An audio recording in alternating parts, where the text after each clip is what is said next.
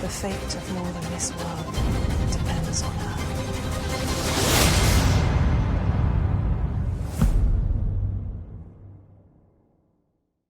What's going on, guys? Welcome back to my channel. This is the continuing review for His Dark Materials on HBO, The Idea of North. Tell me in the comments below, what did you think of this episode? If you liked it more than the last, if it intrigues you to keep on watching the rest of this series. And also, guys, consider clicking on the subscribe button. I talk about movies, TV shows like this one as well. But in the meantime, let's talk episode 2 of His Dark Materials. So this episode is definitely driven towards the relationship of Lara and Mrs. Coulter. The majority of it is that what we see in this 1 hour. And a lot of other things happen outside of the environment of these two, which I'll get into. But mostly I'm going to talk about Lara and Mrs. Coulter. The relationship between them starts out pretty well at the beginning of this episode, where Mrs. Coulter takes Lara into this entirely new world. And you can tell that Mrs. Coulter is trying to make her her protege. She's trying to groom her. She's taking these to all these fancy restaurants where all these rich and famous people are. She shows her apartment. She shows her her new room. Everything's looking good, but as we go through this hour-long episode, things start to deteriorate slowly between them two because Lara starts to suspect that something is up with her, that she's hiding something, and she starts sneaking around the apartment, as you see later on, and she starts to find out things that really does surprise her, and she knows better now than to trust someone like her. I'll just say Daphne Keen and Ruth Wilson do it again. I love these two actresses. I really like Daphne Keen. I said it before in the first episode review that she's an actress I'm glad we see her again on the screen, even if it is on a TV show. I haven't seen much of her since Logan 2 years ago, so I'm glad to finally see her in something like this, and she presents a really strong character for the role that she's playing, being that she is primarily the central character of this show. Ruth Wilson, I love her, Mrs. Coulter. You can see always that she can do a lot with her face, and she makes that present throughout this episode, and the things that she says too really shows her emotion as well. But both of them are really great, and that's really why I want to talk about just them two in this episode, because they really bring out a lot of the strength in what happens. You just sense a lot of tension between them both, especially the scene where Mrs. Coulter's demon attacks Lara's demon. And that also is another thing. You see the tension starts to build in that one scene, but it also gives you an idea of what demons are all about and how sensitive and how important they are to the humans of this world. Because if the demons hurt, the humans hurt. And we see that happen quite a bit in this episode later on to that journalist, which I'll mention later on.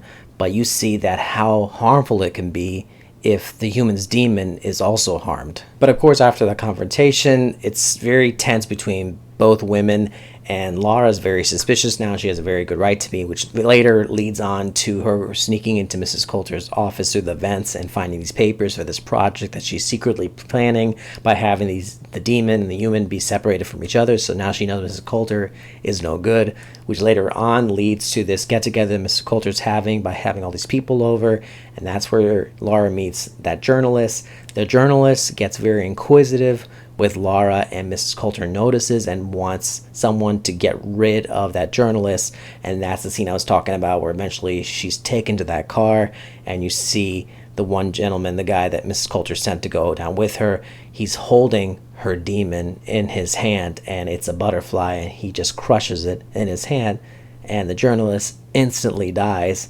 And that's another point proven there, that it's giving the chance the audience, us, especially ones that are not familiar with this world or the books, that how sensitive it is to harm a demon, that if it's killed, it also kills the fellow human. And after all that had happened, Lara ends up escaping from the apartment and eventually gets kidnapped by the gobblers, which is the very final scene of this episode.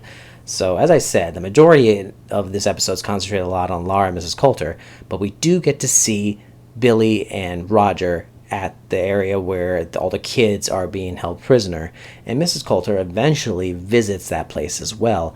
And this was the scene that made me feel like she is the most evil woman ever, when she tells all the children to write letters to their parents, knowing that she's very well going to be burning these letters and never sending them at all. And that just proves how malevolent this woman can actually be. And finally, we have a sequence dealing with one of the court priests that go into the multiverse, into a world that resembles ours in London. And this is a part that I'm not too sure about. I'm actually a little bit confused of what's going on here. And from what I heard, I read somewhere online that this whole sequence of him going into this multiverse is not actually in the books. I don't know how true that is, because as I said before, I've only read one of the books, so I don't really know what's going on in regards to the book connecting over to the show. So I don't know how accurate that is, but that's what I heard.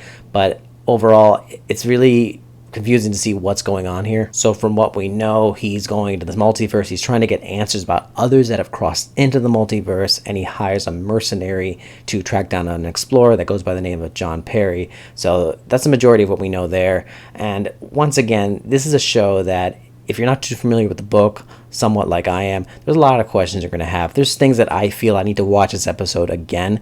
But one thing I did like about this episode over the last one is that I feel like we're getting a lot more exposition in this episode. We're getting a lot more story, a little bit of understanding. I feel like as we go further along, we're going to understand things a bit more. The first episode was all about world building. It was an introduction to this series, but I'm liking that this one now we're going to get more layers to characters, more understanding, more reasons to why things are happening. But those are just my thoughts on this episode. Thank you guys so much once again for listening in on what I had to say about it. If there's anything that I may have missed, please tell me in the comments below. I feel I may have to watch this episode again. I just gotta really see what's going on, but I feel we're gonna get more answers as we move along. But once again, guys, thank you so much. Tell me in the comments below, what did you think about this episode, and also consider subscribing so we can talk movies, TV shows, and more. I'll see you later.